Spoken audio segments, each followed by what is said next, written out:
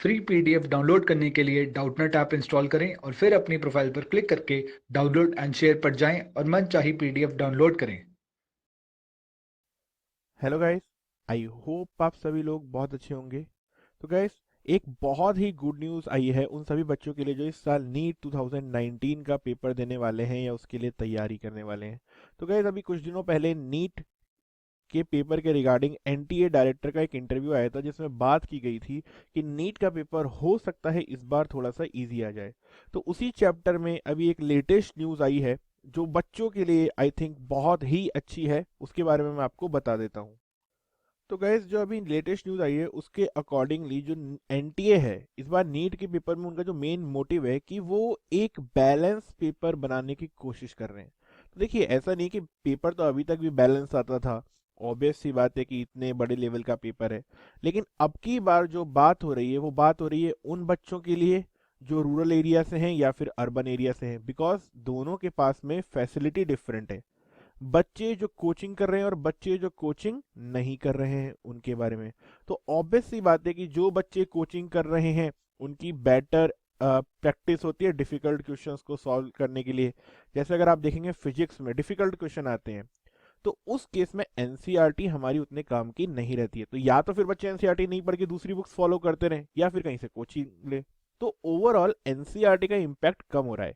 तो इस केस को देखते हुए मोटिव क्या है कि ऐसा पेपर बनाने की कोशिश जो हर टाइप के बच्चे, चाहे आप रूरल से हो, अर्बन से हो, कोचिंग ले रहे हो, नहीं ले रहे हो, एक ऐसा पेपर कि अगर कोई भी बच्चा एनसीईआरटी बहुत अच्छे से पढ़े तो वो उसे अच्छा स्कोर नीट में कर सके। ये मोटिव लेकर के आगे पेपर लाने की कोशिश की जा रही है। अब इसके एक्शंस क्या हो सकते हैं? जैसा कि हम सभी लोग जानते हैं कि एनसीईआरटी हर अब स्टेट में लगभग सभी स्टेट्स फॉलो करते हैं। तो उस केस में क्वेश्चंस एनसीईआरटी के ऊपर बेस्ड क्वेश्चंस ज्यादा आने के अब से चांसेस हैं। जैसा कि हम लोग जानते हैं कि अभी तक भी जो बायोलॉजी होती थी एनसीईआरटी की, नीट का लगभग आप 90 में से अगर आप देखेंगे तो 80 से 85 क्वेश्चन आप अच्छे से, अगर आपने एनसीईआरटी पढ़ रखी है तो आप कर सकते थे। सिमिलरली अगर हम केमिस्ट्री में बात करें तो ऑर्गेनिक और इनऑर्गेनिक में भी सेम सिनेरियो था। लेकिन जहां हम केमिस्ट्री में बात करें तो फिजिकल केमिस्ट्री के न्यूमेरिकल क्वेश्चंस जो होते थे वो थोड़े डिफिकल्ट होते थे और बच्चों को दिक्कत आती थी। तो अब न्यूमेरिकल क्वेश्चंस को एनटीए किस तरीके से डील करती है? क्या न्यूमेरिकल क्वेश्चंस कम कर देती है या न्यूमेरिकल क्वेश्चंस का डिफिकल्टी लेवल कम कर देती है या कॉन्सेप्चुअल न्यूमेरिकल क्वेश्चन लाती है? तो ये सब चीजें अब देखने वाली होंगी जो वो कर सकते हैं।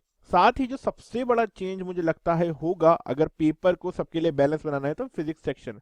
जैसा कि हम सभी जानते हैं अभी वो बच्चे जो सिर्फ एनसीईआरटी पढ़ते थे वो आपके 45 क्वेश्चंस में से हार्डली 25 क्वेश्चंस कर सकते हैं अगर उन्होंने एनसीईआरटी ही पढ़ी है सिर्फ। तो उस केस में उन बच्चों के लिए जिन्होंने सिर्फ एनसीईआरटी पढ़ी है और फिर वो फिजिक्स में अच्छा स्कोर करें, इसके लिए फिजिक्स का जो सेक्शन है उसमें मेजर रिफॉर्म की जरूरत है। तो अब ये एनटीए इसे किस तरीके से डील करती है, क्या वो कोशिश करती है, ये आने वाले टाइम में या नीट 2019 के पेपर में थोड़ा देखने लायक होगा। बट ये बात जरूर है कि इस वाले पेपर में जो 2019 में नीट का होगा, एनसीईआरटी का वेटेज काफी ज्यादा रहने वाला है। बिकॉज सबके लिए अगर इक्वल पेपर या अच्छा पेपर बनाने की कोशिश की जाएगी तो एनसीईआरटी का वेटेज हमेशा ज्यादा रहेगा क्योंकि सब जगह वही फॉलो होती है। तो उन बच्चों के लिए बहुत ही अच्छी न्यूज़ है जो अभी कहीं से भी कोचिंग नहीं कर पा रहे हैं, चाहे वो फाइनेंशियल रीज़न हो या फिर फैसिलिटीज़ की वजह से, या फिर जो गांव में रहते हैं और नॉर्मल सिर्फ किताबें पढ़ पाते हैं, जिनके पास कोचिंग नहीं है, अच्छे टीचर्स नहीं है। तो उन बच्चों के लिए बहुत ही अच्छी खबर है। साथ ही जो बच्चे अभी कोचिंग में पढ़ रहे हैं उनको भी ये चीज़ समझनी होगी कि एनसीईआरटी पढ़ना बहुत ज़रूरी है। तो उनके लिए भी अब ये एक अच्छी चीज़ है कि हाँ, उन्हें पता है कि एनसीईआरटी हमें पढ़नी है। बाकी जो पेपर को एक लेवल पे लाने की बात की गई है, इसके बारे में आप लोगों की क्या राय है? आपको क्या लगता है कि अच्छा डिसीजन है, खराब डिसीजन है, या फिर इससे पेपर का जो क्या बोलते हैं स्टैंडर्ड है वो गिर जाएगा या फिर सब लेवल पे आ जाएगा? जो भी आपकी थॉट प्रोसेस है प्लीज मुझे कमेंट सेक्शन में बताइए, ताकि एक हम भी समझ पाए कि बच्चों की मेंटेलिटी क्या है। शायद कहीं ना कहीं गैप रह जाता है एक एनटीए की सोच में और एक बच्चे की सोच में। तो प्लीज मुझे कमेंट सेक्शन में बताइए आपको क्या लगता है इस मेजर रिफॉर्म जो हो सकता है उसके बारे में। ठीक है गाइस, तो प्लीज मुझे कमेंट्स में बताएं। तब तक के लिए आप सभी जो बच्चे नीट के लिए प्रिपेयर कर रहे हैं, ऑल द बेस्ट। अपने डाउट्स को बोलो बाय और डाउटनेट को हाय। Download app today.